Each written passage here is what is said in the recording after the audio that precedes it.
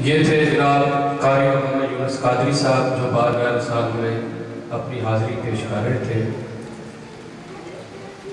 اب آپ کے سامنے ہمارے معزز مہمان جو پاکستان سے تشریف لائے ہوئے ہیں، ہمارے گجرات شہر کی ایک بہت روحانی شخصیت پیر سید ولایت حسین شاہ صاحب شہنشاہ ولایت، ان کے فرزند صاحبزادہ سید ممنون شاہ گجراتی، ان کے فرزند جناب صاحبزادہ سید احمد شاہ گجراتی، رکن اسلامی نظریاتی کونسل پاکستان تشریف لائے ہوئے ہیں۔ وہ بارگاہ حضرت خواجہ قمر الدین میں اپنی حاضری پیش کر رہے ہیں۔ ان سے آنے سے پہلے ایک دفعہ نعرہ لگائیں، نعرہ تکبیر۔ وہ ایک سبق میں دیتا ہوں تو آپ سب کو یاد ہے، ایک دفعہ نعرہ تکبیر پہ ہاتھ ایک اور رسالت پہ اٹھو، نعرہ تکبیر۔ ابھی وہ کانر میں ہاتھ نہیں اٹھو ہوئے، نعرہ تکبیر، نعرہ رسالت، نعرہ رسالت، سالانہ سید احمد شاہ گجراتی۔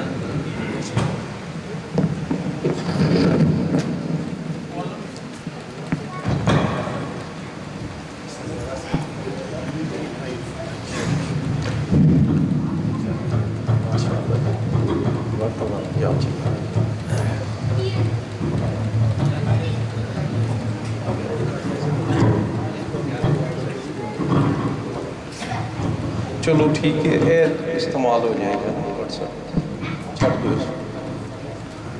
سیدھا کر دو۔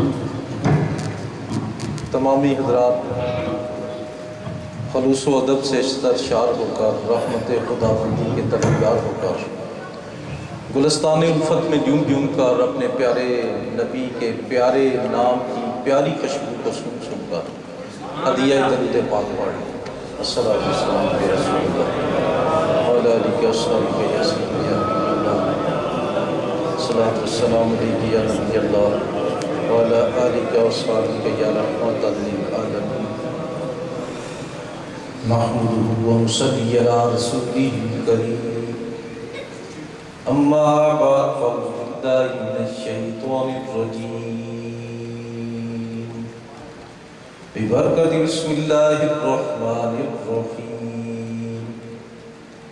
قال اللہ تبارک و تعالی فی القرآن المجید والفرقان الحمید، من عمل صالحا من ذکر او انثی وهو مؤمن فلنحیینہ حیاۃ طیبہ، قال اللہ تبارک و تعالی فی شان حبیبہ صلی اللہ علیہ وسلم مخبرا و عامرا، ان اللہ و ملائکتہ یصلون علی النبی یا ایھا الذین آمنوا صلوا علیہ وسلموا تسلیما، یا سیدی یا رسول اللہ وعلی آلہ وصحبہ یا سیدی یا رسول اللہ، الصلاۃ والسلام علیہ یا نبی اللہ وعلی آلہ وصحبہ یا رحمۃ للعالمین، رب اشرح لی صدری ویسر لی امری واحلل عقدۃ من لسانی یفقہوا قولی۔ پیران اعظام، علماء کرام، نعتخوانان خوشی لقام، آج کا یہ پروگرام محمد اصغر چشتی صاحب نے شیخ الاسلام کی یاد میں شیخ الاسلام کانفرنس کے نام سے انعقاد کیا۔ تمامی حضرات آج کے اس پروگرام میں شرکت فرما ہیں۔ بارگاہ الہی میں یہ دعا ہے کہ اللہ تبارک و تعالیٰ میری آپ کی حاضری قبول و منظور فرمائے اور ہمارے لیے اس پروگرام کو ذریعہ نجات بنائے۔ برادران اسلام، یہ دور پریشانی اور بے چینی کا دور ہے۔ اس دور کی زندگی جو ہے وہ پریشانی اور بے چینی کی زندگی ہے۔ اس دور میں ہر شخص کسی نہ کسی کام میں مشغول ہے۔ کوئی صنعت لگا رہا ہے، کوئی باغات اگا رہا ہے، کوئی کھیتی باڑی میں مشغول ہے، کوئی مکانات بنانے پر مامور ہے، کسی کو وکیل بننے کا شوق ہے تو کسی کو جج ہونے کا شوق ہے۔ ہر شخص کسی نہ کسی کام میں مشغول نظر آتا ہے۔ دیکھا جائے تو کام مختلف ہیں، لیکن حقیقت کی نگاہ سے دیکھا جائے تو تمام کا مطلوب ایک ہے، یعنی ہر شخص اپنی زندگی اچھی زندگی گزارنا چاہتا ہے۔ جو صنعت لگاتا ہے وہ بھی اچھی زندگی چاہتا ہے، جو باغات اگاتا ہے وہ بھی اچھی زندگی چاہتا ہے، جو مکانات بناتا ہے وہ بھی اچھی زندگی چاہتا ہے، جو وکیل بن رہا ہے وہ بھی اچھی زندگی کا متمنی ہے، اور جو جج بن رہا ہے اس کا بھی مطلوب یہ ہے کہ میری زندگی اچھی زندگی گزرے۔ اور دنیا کی طرف اگر دیکھا جائے تو اگر دنیا کسی کو نہ ملے تو حسرت رہتی ہے، اور اگر مل جائے تو کئی پریشانیوں کو ساتھ لاتی ہے۔ اذا برت کانت للمری حسرت وإن اقبلت کانت کسیلا حبوبا۔ اگر دنیا چلی جائے تو حسرت رہے گی، اور اگر آ جائے تو کئی پریشانیوں کو ساتھ لائے گی۔ کسی نے اپنے دوست سے پوچھا کہ تمہارے ہاں خیریت ہے؟ تو وہ ناراض ہو گئے۔ ناراضگی کی کون سی بات؟ تو اس نے کہا خیریت اس کے ہاں ہو جس کے ہاں کوئی نہ ہو۔ میرے ہاں تو اللہ کے فضل و کرم سے بیٹے بیٹیاں پوتے پوتیاں موجود ہیں۔ آج کسی کو بخار ہے تو کسی کو ٹائیفائیڈ ہے، کسی کو نزلہ ہے، کسی کو زکام ہے، تو خیریت تو اس کے ہاں ہو جس کا کوئی نہ ہو۔ یہی حال دنیا دار کا ہے۔ ان کے ہاں اطمینان کہاں؟ کسی کو تجارت میں گھاٹے کا اندیشہ، کسی کو مال کے چوری ہو جانے کا خطرہ، کسی کو باؤ پہ گر جانے کا غم، اور کسی کو خاطر خواہ نفع نہ ہونے کا رنج و غم۔ حسرتوں کا مزار ہے دنیا، قارباں کا غبار ہے دنیا، عمر برق و شرار ہے دنیا، یاروں کتنی بے اعتبار ہے دنیا۔ داغ سے کوئی دل نہیں خالی، کیا کوئی لالا زار ہے دنیا۔ ہر جگہ جنگ، ہر جگہ ہے نزاع، عرصہ کارزار ہے دنیا۔ گرچہ ظاہر میں صورت گل ہے مگر حقیقت میں خار ہے دنیا۔ یہ زندگی نام رکھ دیا کس نے، ارے موت کا انتظار ہے دنیا۔ تو دنیا جو ہے انسان کو پریشان کرنے والی ہے۔ اگر مال و دولت موجود ہے تو اولاد کی فکر، اولاد نہ ہونے کی صورت میں کبھی یہ جی چاہتا ہے کہ پورا مال وقف کر دوں، کبھی یہ جی چاہتا ہے کہ کسی کا بیٹا اپنا لوں۔ ہزار علاج کوششوں سے اگر خداوند قدوس نے بیٹا عطا کیا تو اب یہ فکر ہے کہ یہ پڑ جائے، وہ پڑ جاتا ہے۔ پھر یہ فکر ہے کہ اس کی شادی ہو جائے، اس کی شادی ہو جاتی ہے، اور اس وقت تک بندے کو چین نہیں آتا جب تک کہ پوتے پوتی کا منہ نہیں دیکھ لیتے۔ تو یہ دنیا جو انسان کو پریشان کرنے والی ہے، اگر دنیا انسان کو نہیں ملتی تو حسرت رہ جاتی ہے، اور اگر مل جاتی ہے تو کئی پریشانیوں کو ساتھ لاتی۔ وہ کہتے ہیں کہ ایک اللہ کا فقیر تھا، جنگل میں بیٹھا ہوا تھا، اللہ اللہ کر رہا تھا۔ حالت یہ تھی کہ پاؤں نوکدار پتھروں پر چلنے کی وجہ سے لہو لہان ہو چکے تھے۔ کسی سیٹھ صاحب کو ترس آیا، وہ بازار گئے، ایک جوتا خریدا، لا کر پیش کیا، حضرت اس کو پہن لیجیے۔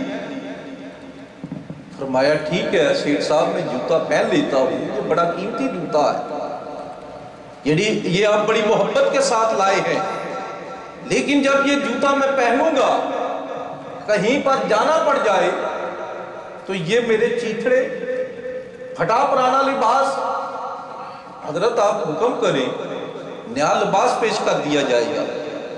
تو اللہ کا فقیر کہتا ہے جب نئے کپڑے ہوں گے، نیا جوتا ہوگا، تو یہ ان کے شیان شان نہیں کہ پیدل چلوں، حضرت اللہ کا دیا ہوا بہت کچھ ہے، آپ کے لیے گھوڑے کا بھی بندوبست ہو جائے گا۔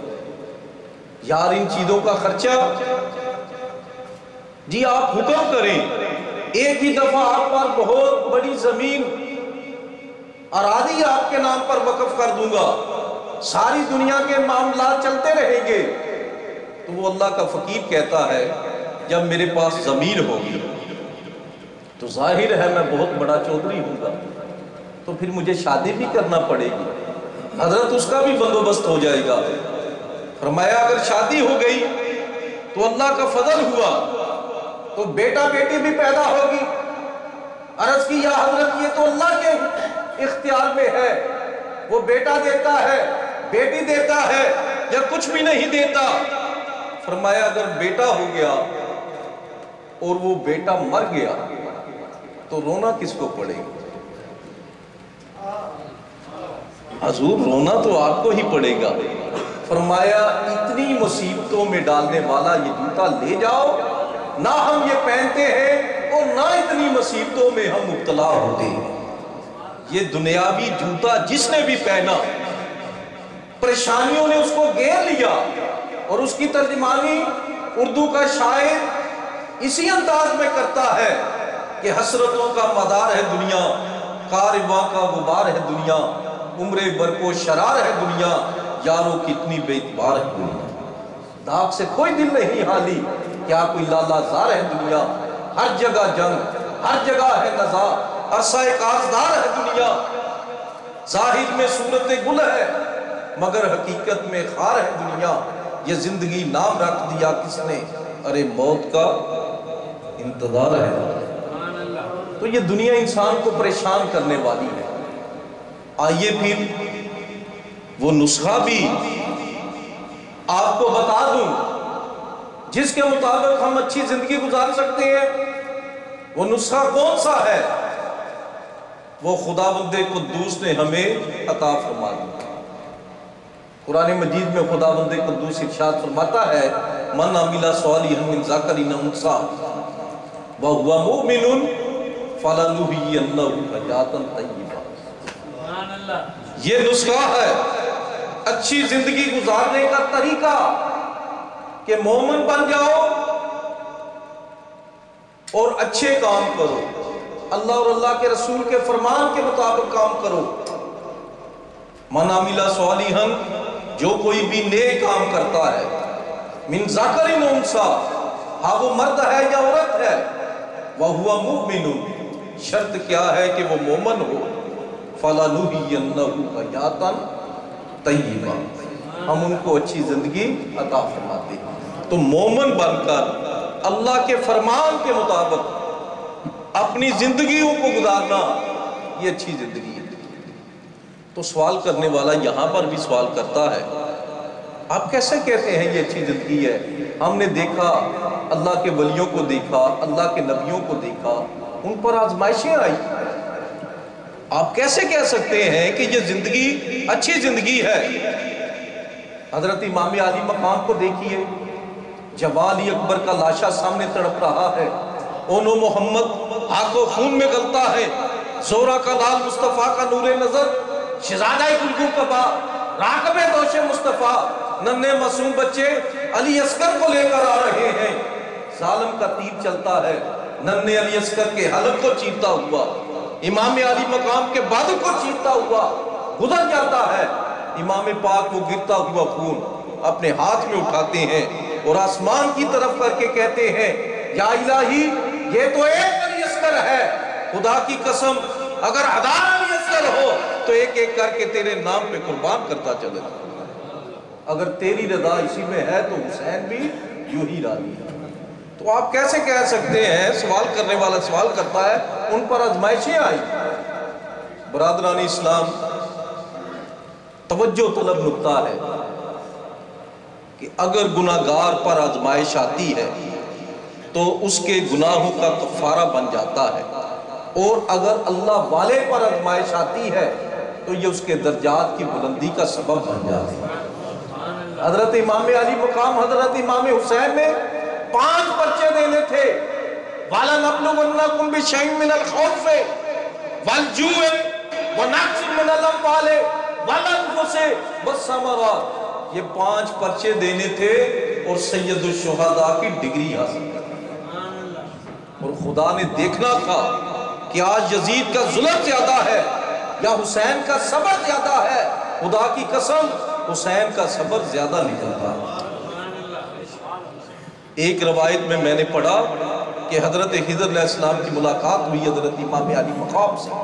عرض کی یا حضرت آپ پر آزمائش آئی، آپ حکم کریں دریائے فرات کا پانی آپ کے خیمے تک لا سکتا ہوں۔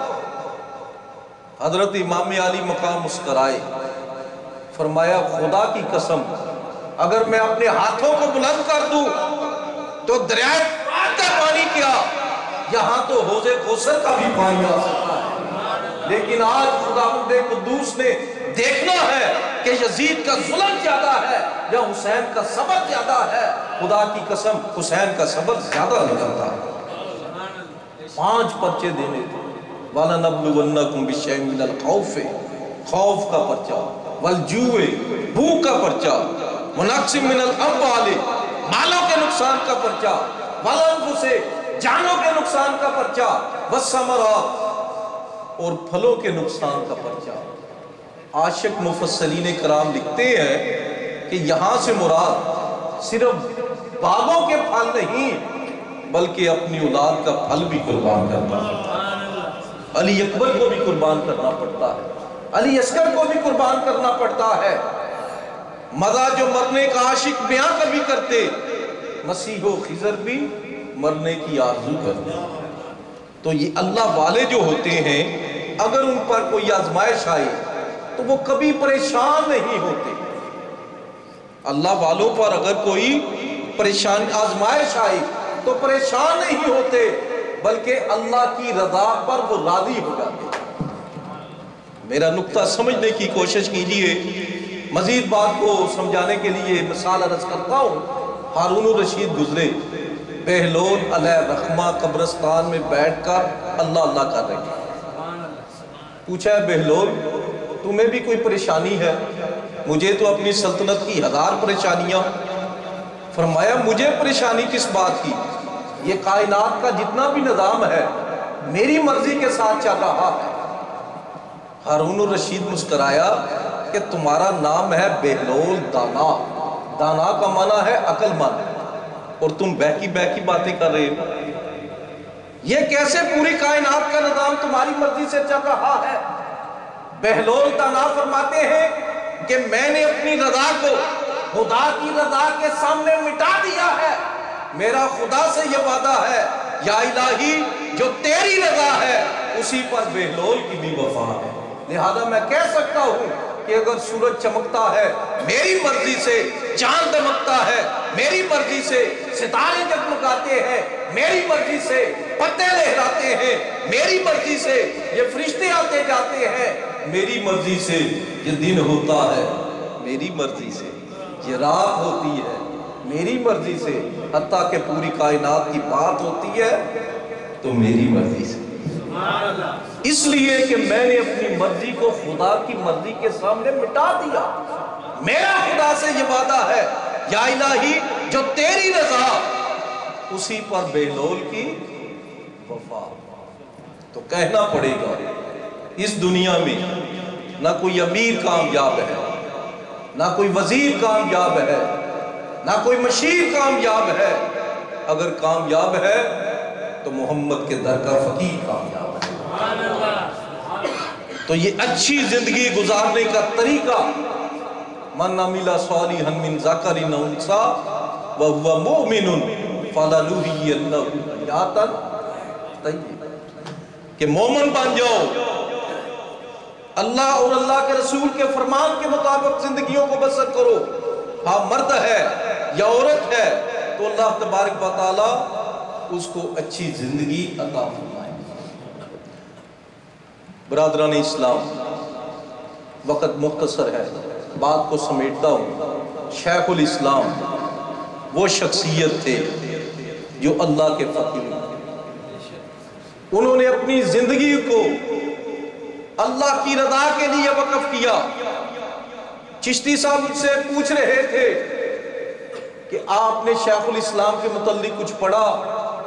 میں نے کہا میں نے نہیں پڑھا، میں نے ان کی زیارت نہیں کی، مجھے وہاں پر جانے کا اتفاق بھی نہیں ہوا، لیکن ایک بات آپ کو بتاتا چلا جاؤ کہ ہمارے پھپھڑا سید عبدالغنی شاہ صاحب آپ کے مرید خاص تھے اور خلیفہ تھے۔